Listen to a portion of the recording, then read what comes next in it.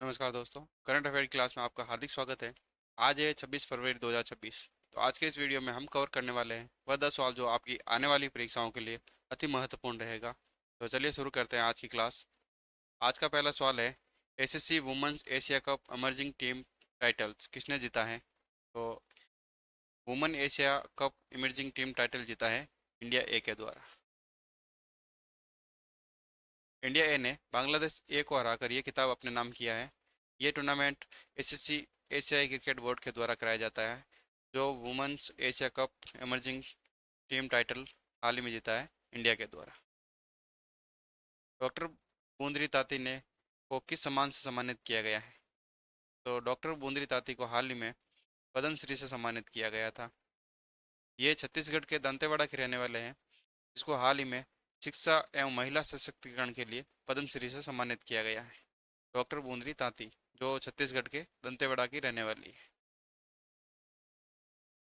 डोगडो और ताकेसीमा द्वीप को लेकर किन दो देशों के बीच विवाद है? तो ये है साउथ कोरिया और जापान के मध्य। इन दो देशों के मध्य डोगडो और ताकेसीमा का विवाद है। ये क्षेत्रीय विवाद साउथ कोरिया और जापान के मध्य है। साउथ कोरिया और जापान के मध्य है, डोगडो और ताकेसीमा द्वीप को लेकर। धर्मपुर रेलवे स्टेशन को ईट राइट स्टेशन सर्टिफिकेट किस संस्था ने दिया है? तो ये दिया है फैसी के द्वारा। इसके द्वारा फैसी के द्वारा दिया गया है। फैसी के द्वारा food safety and standard authority of India के द्वारा हाल ही में धर्मपुर रेलवे स्टेशन को ईट राइट स्टेशन सर्टिफिकेट दिया गया है। वनजीवी दीदी पहल किस टाइगर रिजर्व में शुरू की गई है? तो वनजीवी दीदी पहल टाइगर शुरू की गई है पलामू में। ये पहल पलामू टाइगर रिजर्व में शुरू की गई है, जिसका उद्देश्य है कि वन क्षेत्र में महिलाओं को सशक्त बनाना। यह है भारत के झारखंड राज्य में स्थित है। पलामू टाइगर रिजर्व कहाँ स्थित है? ये भारत के झारखंड राज्य में स्थित है। कहाँ है? झारखंड राज्य में।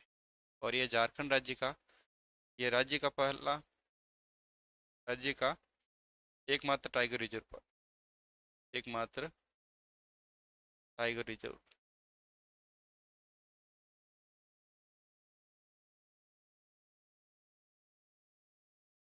याद रखना, कहाँ है पलामू?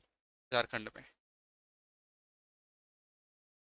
सयाद 3G मिसाइल्स का सफल परीक्षण किस देश ने किया है? ये किया है ईरान के द्वारा। ईरान के द्वारा हाल ही में सयाद 3G एक सतह से हवा में मार करने वाली मिसाइल है, जिसका परीक्षण ईरान के द्वारा किया गया था। सयाद 3G।